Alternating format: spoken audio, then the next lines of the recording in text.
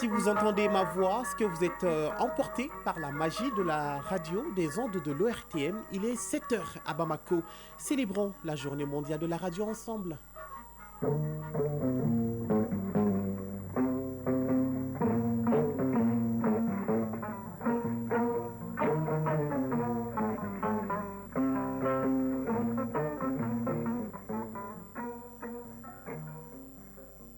Le journal.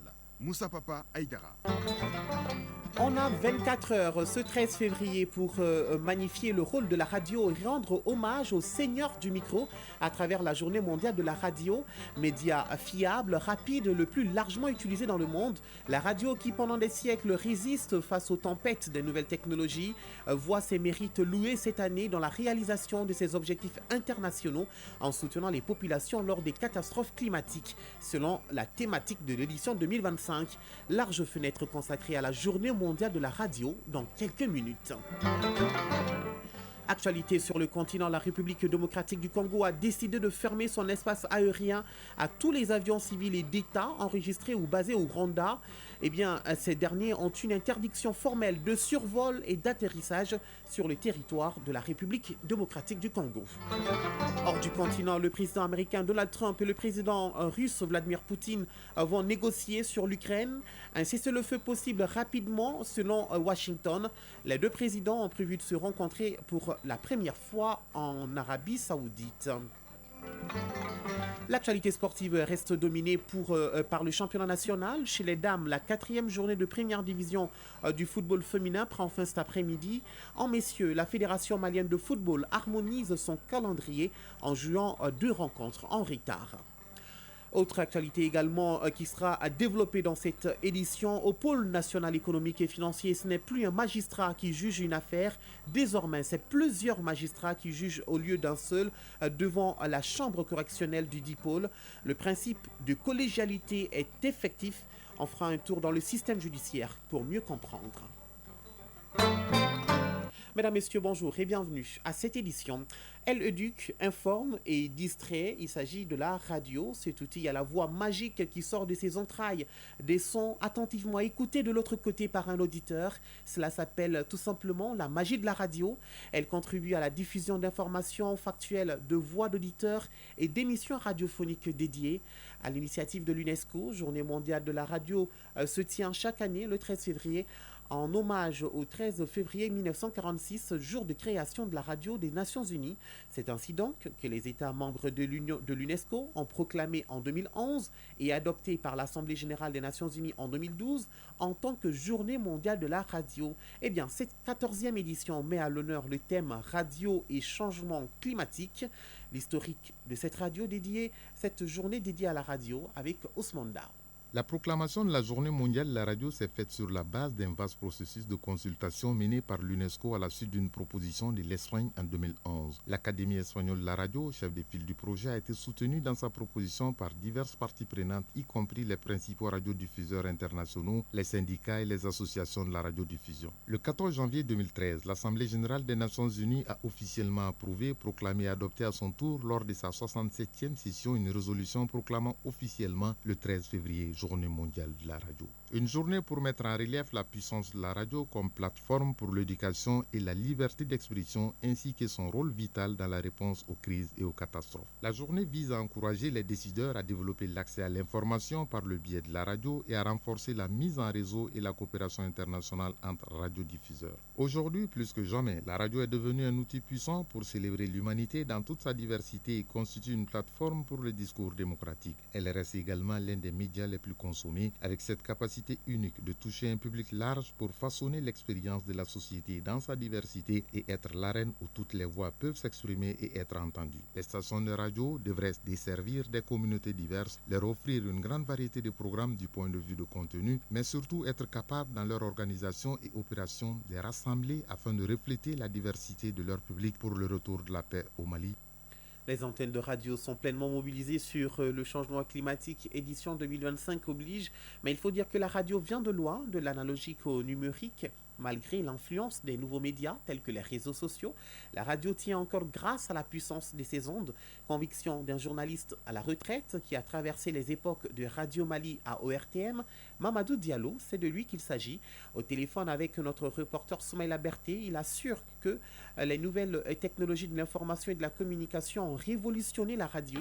Pour lui, la place de la radio est évidente dans la consolidation de la paix au Mali. Suivant. Monsieur Mamadou Diallo, bonjour. Bonjour monsieur. En cette journée internationale de la radio, quel regard portez-vous sur la radio d'hier et d'aujourd'hui? Radio Soudan a aujourd'hui à l'ORTM que des chemins parcourus, les choses évoluent favorablement avec l'apport et le support de la révolution, des révolutions qui s'opèrent dans ce domaine. Parce qu'en son temps, nous on était dans l'analogique.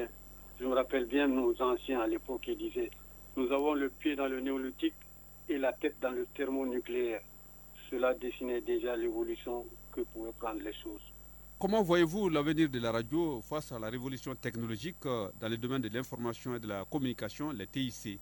La radio dispose aujourd'hui de tous les atouts nécessaires pour se développer davantage. À l'époque, on parlait d'ondes courtes et d'ondes moyennes. Aujourd'hui, les ondes hertziennes et consorts sont complètement dépassées. Néanmoins, j'ai une appréhension à formuler à ce niveau quant à l'intelligence artificielle qui est à la mode aujourd'hui et à laquelle tout le monde est en train de s'accrocher. D'accord avec tous les avantages qu'il nous apporte, mais ma préoccupation, est-ce qu'on a encore la possibilité de la maîtrise de cette intelligence artificielle? Tout en restant entre les deux époques, la notoriété d'une radio repose, selon vous, sur quoi? Est-ce la qualité des contenus des programmes ou les hommes qui l'animent? En toute chose, la qualité est toujours nécessaire. Elle est le fondement qui peut nous faciliter la chose. La radio est plus que nécessaire dans les communications humaines et intrapersonnelles. Avoir le souci de prendre en charge toutes les catégories d'auditeurs que nous avons, vous pouvez vraiment trouver une étendue d'auditeurs qui ont besoin d'informations utiles, aussi bien en français que dans nos langues nationales. Ce sont les meilleurs vecteurs pour rendre l'information nécessaire et rendre l'information utile à nos auditeurs, à nos concitoyens. Dans le contexte actuel du Mali, quel rôle la radio peut jouer dans la consolidation de la paix?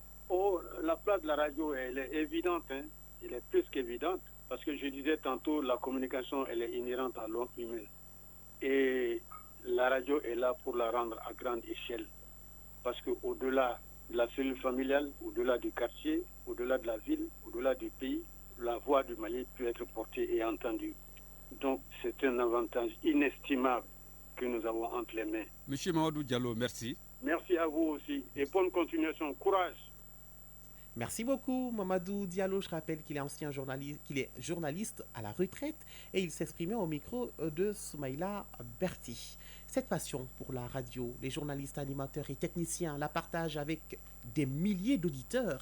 Les citoyens reconnaissent et apprécient la portée de la radio, un outil magique qui contribue fortement au développement socio-économique du Mali. Micro ouvert dans les rues de Bamako, Bourama Traoré a rencontré quelques fidèles auditeurs.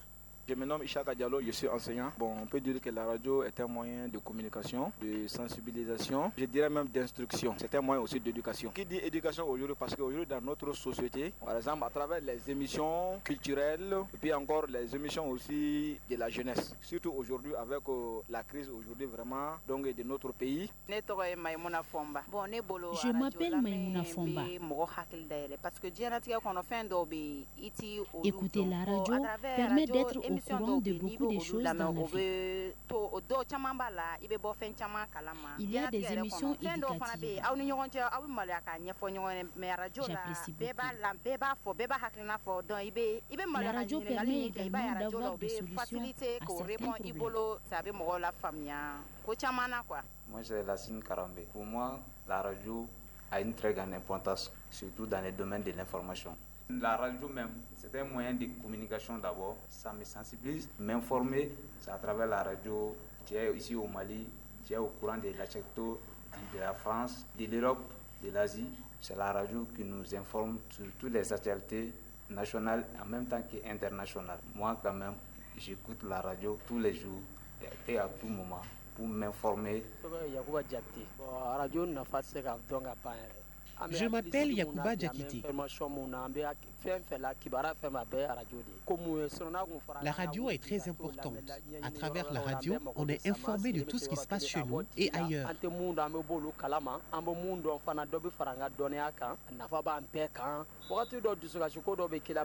Elle permet aussi de sensibiliser et de promouvoir la cohésion sociale.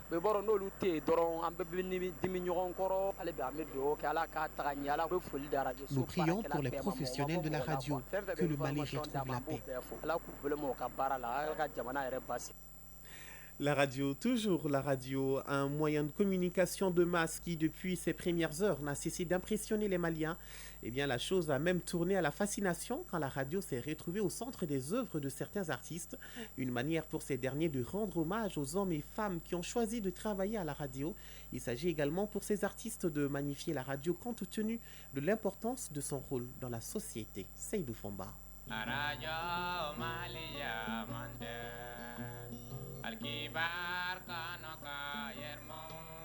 Depuis son avènement au Mali, disons plutôt au Soudan français, puisque c'était à la fin des années 50, la radio, en tant que moyen de communication de masse, a immédiatement marqué les esprits. Elle a presque fasciné la société tout entière, même si à l'époque, il n'était pas donné à toutes les familles de se procurer un poste radio. Le précieux appareil n'étant pas à l'époque à la portée de toutes les bourses à cause de son prix. Mais chacun se débrouillait d'une manière ou d'une autre, quitte à tendre l'oreille du côté du voisin qui en possédait un. La radio était ainsi devenue une partie intégrante du quotidien du Malien, au point que les artistes ne tardèrent pas à s'intéresser à la radio dans leurs œuvres. Combien d'artistes ont chanté Radio Mali? Bien malin est celui qui vous le dira. Ali Farka Touré.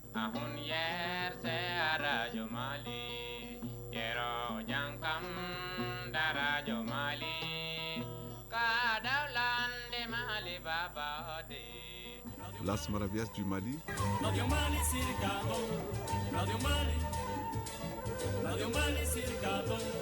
Ablaye Diabaté.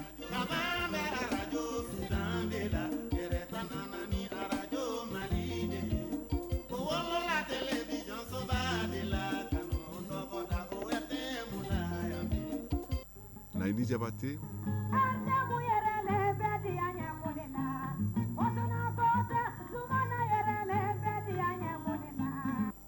Amadou et Mariam.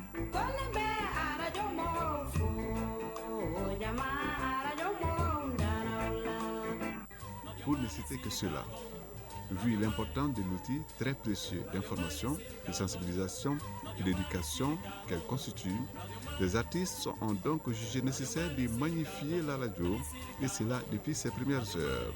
Et les hommages continuent jusqu'à ces jours.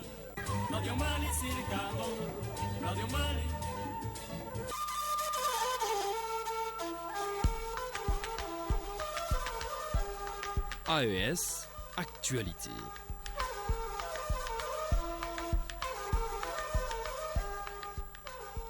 Au Burkina Faso, projet de mémorial Thomas Sankara, des archives et des artefacts du père de la Révolution ont été remis hier au ministère en charge de la culture.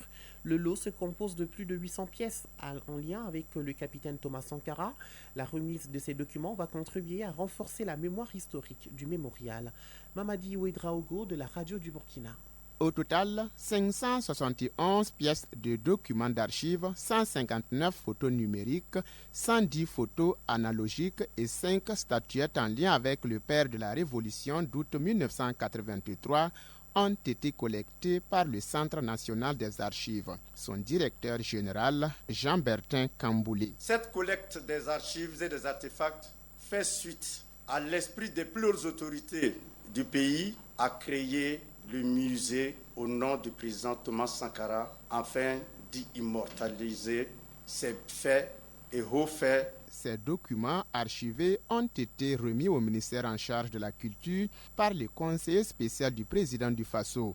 des documents qui sont destinés à l'unité de gestion du projet de construction des infrastructures du mémorial Isidore Noël Thomas Sankara, précise Samuel Kalkundo. Nous saisissons donc cette occasion pour dire que nous allons lancer d'autres campagnes et nous invitons l'ensemble de la population burkinabé, africaine et même mondiale à faire parler les archives et à libérer aussi la parole afin que nous et les générations à venir, nous puissions mieux connaître cette période révolutionnaire de notre pays et mieux découvrir ce monument qu'est Thomas Sankara. Pour rappel, la campagne de collecte d'archives et d'artefacts du feu Thomas Sankara a été lancée le 1er décembre 2024. Au Niger, en prélude au Hajj édition 2025, le ministre du Commerce et de l'Industrie, Seydou Asman, a présidé hier à Niamey une rencontre en présence des commissaires à l'organisation du Hajj et de la Oumra, ainsi que des représentants des agences de pèlerinage. L'objectif de cette rencontre est de fixer un prix provisoire pour le Hajj édition 2025. Abdelkader Abdourahman de la radio du Niger. À l'approche du Hajj 2025, le gouvernement nigérien poursuit les concertations pour assurer une organisation optimale du pèlerinage. C'est dans ce cadre que les autorités cherchent à proposer un tarif adapté aux réalités du moment, tout en garantissant aux pèlerins des services de qualité. À la fin de la rencontre, Youssef Djemraou, conseiller technique du ministre du Commerce et de l'Industrie, a rappelé les points importants évoqués au cours de cette réunion. Comme vous le savez, le Hajj fait partie des matières dont le ministre du Commerce fixe par arrêté prix. C'est dans ce cadre, à chaque édition, le COO fait des simulations rubrique par rubrique, que ce soit les prestations ici en République du Niger, que ce soit les prestations en Arabie Saoudite, afin que nous ayons un prix plafond provisoire du Hajj de chaque édition. Tout s'est bien passé, nous nous sommes compris sur un certain nombre de situations dont nous avons compilé et que nous transmettrons aux plus hautes autorités pour leur appréciation, afin qu'au retour, le ministre du Commerce prenne un arrêté définitif qui fixe le prix plafond du Hajj 2025. Il faut noter que les conclusions de cette réunion seront transmises aux plus hautes autorités pour validation et des annonces officielles sont attendues dans les prochains jours pour le prix du Hajj édition 2025. Place à présent à l'actualité internationale. La République démocratique du Congo a décidé de fermer son espace aérien à tous les avions civils et d'État enregistrés ou basés au Rwanda. Hier, selon l'agence congolaise de presse, ces derniers ont une interdiction formelle de survol et d'atterrissage sur le territoire de la République démocratique du Congo en raison de l'insécurité liée au conflit armé, une mesure qui touche tout particulièrement les activités de Rwanda Air, la compagnie nationale rwandaise. Au Nigeria, après 10 années de lutte pour la justice, des habitants du Nigeria verront enfin la compagnie pétrolière Shell sur les bancs des accusés aujourd'hui. Le procès va se dérouler devant la haute cour du Royaume-Uni. Les plaignants espèrent obtenir une reconnaissance de la pollution présumée du géant pétrolier dans la région du delta du Niger et notamment dans le territoire d'Ogoni.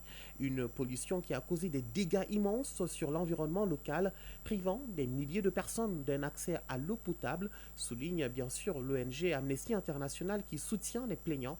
Les enjeux de ce procès sont multiples. L'Autruche, dans l'actualité, le Parti de la Liberté d'Autruche, FPO, formation d'extrême droite, et les conservateurs ont mis fin hier aux négociations en vue de former un gouvernement. Les deux partis n'ont pas réussi à s'entendre, ce qui laisse l'Autruche dans une situation instable. Un peu plus de 4 mois après les législatives remportées par le FPO, avec un score historique de 29%, au cœur des divisions, l'attribution de certains ministères, mais aussi l'attitude du FPO vis-à-vis de l'Union européenne et de la Russie. Je le disais dans les titres, Donald Trump et Vladimir Poutine vont négocier sur l'Ukraine un cessez-le-feu possible rapidement selon Washington. Le président américain a annoncé avoir eu une conversation prolongée et très productive avec son homologue russe. Donald Trump et Vladimir Poutine ont convenu de travailler ensemble très étroitement et de commencer à négocier immédiatement sur l'Ukraine. Le Kremlin confirme vouloir une solution de long terme sur le conflit ukrainien via des pourparlers de paix. Les deux présidents ont prévu de se rencontrer une première fois en Arabie Saoudite.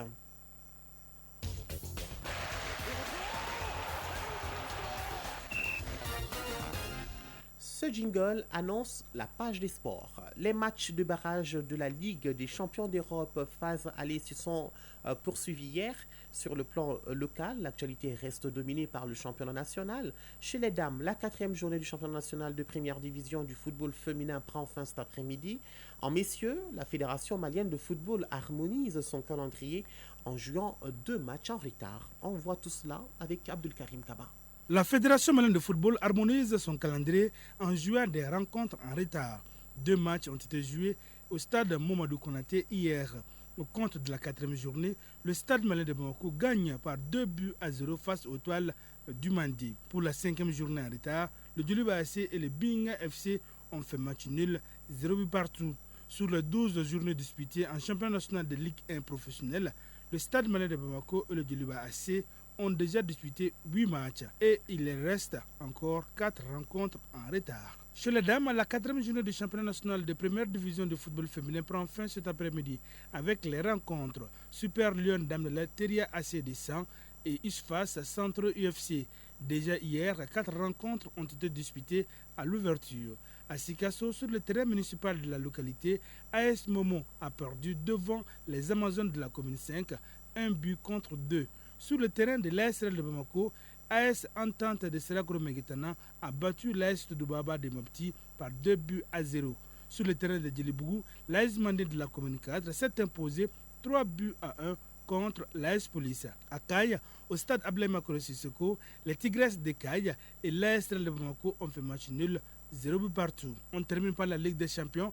En Europe, Ligue des Champions, les matchs de barrage phase aller se sont poursuivis hier. Le club Bruges gagne 2-1 face à Atalanta. L'AS Monaco perd à domicile devant Benfica de Lisbonne, 0-1. 1-0, c'est également le score qui a sanctionné la rencontre entre Feyenoord, Rotterdam et Milan AC. Enfin, le Celtic Glasgow a été battu 1-2 par le Bayern Munich. À l'ouverture mardi, Brest a sombré à domicile 0-3 devant les Paris Saint-Germain. La Juventus Turin a dominé PSV Eindhoven 2-1. Le Borussia Dortmund en déplacement est allé s'imposer sur Sporting 3-0. Manchester City a été dominé par le Real Madrid à domicile 2-3. Chronique judiciaire. Le principe de collégialité au pôle national économique et financier est effectif. La réforme, qu'on peut qualifier d'historique, a été introduite par la loi de 2011. Désormais, c'est plusieurs magistrats qui jugent au lieu d'un seul devant la chambre correctionnelle du dit pôle. Cette approche judiciaire offre une plus grande transparence et renforce la crédibilité de notre système judiciaire. La collégialité est toujours au cœur de l'équité judiciaire. Pour donc comprendre le concept, notre équipe de la chronique judiciaire s'est rendue au pôle national économique et financier. Voyons les avantages et les inconvénients de la collégialité avec Garibou Pérou. Plus impartial et plus équilibré, c'est le nouveau visage de notre appareil judiciaire avec la délibération collective. En nombre impair, les juges siègent conformément au principe de la collégialité. Cette configuration permet non seulement d'enrichir la réflexion, mais en plus d'assurer une meilleure protection des acteurs face aux éventuelles pressions. Et le principe est conforme à la loi portant organisation judiciaire. Akoussa Momedine, procureur de la République, pôle national économique et financier. C'est une loi 037 du 15 juillet 2011 qui a institué la collégialité en matière pénale au niveau des juridictions du premier degré au Mali. C'est la même loi qui a institué l'installation des premiers responsables des juridictions. Mais entre-temps, on n'a pas pu installer la collégialité. Mais par contre, la loi de 2024 030 du 13 décembre 2024 portant organisation judiciaire en République du Mali, loi Hamé Founé Mahalmadan, est bien la reprise dans son article 27. 3 magistrats professionnels qui vont trancher un dossier ou plusieurs dossiers enrôlés à l'occasion d'une audience. Mais il faut comprendre que c'est quelque chose qui existait toujours au Mali, mais au niveau des cours d'appel et d'autres juridictions, mais pas au niveau de l'instance pour ce qui concerne la matière pénale. Pratique et pédagogique, la collégialité met en lumière les efforts entrepris pour la modernisation de la justice, tout en réaffirmant l'engagement du Mali à promouvoir la transparence et l'intégrité. La composition du tribunal change. Vous avez un président qui préside effectivement l'audience correctionnelle, qui est assisté par 2 autres magistrats qui sont professionnels. Pourquoi 3? Parce que lorsque les décisions sont débattues, il faut qu'il y ait une majorité qui se dégage. Et c'est cette majorité, c'est la décision de cette majorité-là qui va s'appliquer. En rupture avec l'ancienne pratique, la collégialité est effective au pôle national économique et financier et c'est depuis le 14 janvier 2025. En d'autres termes, une affaire pénale devant la chambre correctionnelle spécialisée sera désormais jugée par plusieurs magistrats au lieu d'un juge unique. La justice, surtout la justice pénale, gère l'honneur, la dignité, la fortune des justiciables. Donc il serait bon que la décision qui les concerne et qui touche à leur honneur, à leur dignité, à leur fortune, soit prise par 2, 3 personnes.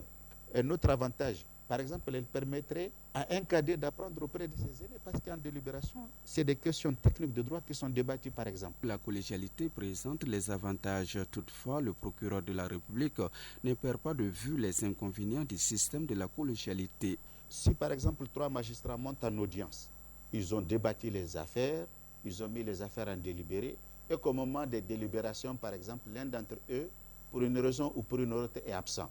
Je veux parler de la maladie. Mais le tribunal, la formation, n'aura d'autre choix que de rabattre les délibérés et de rouvrir les débats pour qu'il y ait une 3e personne. Donc ça peut être interprété comme étant un inconvénient. Effective, la collégialité témoigne de la volonté des autorités judiciaires de renforcer les mécanismes de lutte contre la corruption, fléau qui mine les institutions et freine le développement du pays. Et pour les justiciables, la collégialité est une garantie supplémentaire dans les prises de décisions judiciaires. 7h26, fin de ce journal. Moussa Papa Aïdara a pris un grand plaisir à vous le présenter. Mise en onde bien assurée par Mamadou Diallo. Vous pourrez retrouver ce journal sur nos plateformes digitales grâce à Cheikh Abdelaziz Koulibaly et Badji Touré. Réalisation, coordination Ousmane Dao. Merci à tous pour votre attention. La rédaction vous donne rendez-vous à 13h, mais avant, tout de suite, la page météo suivront les avis et communiqués présentés par Moussa Koulibaly. Mesdames, Messieurs, prenez soin de vous et des autres et n'oubliez surtout pas, gardez le sourire, quoi qu'il arrive, et restez sur nos antennes. Les meilleurs programmes se passent ici.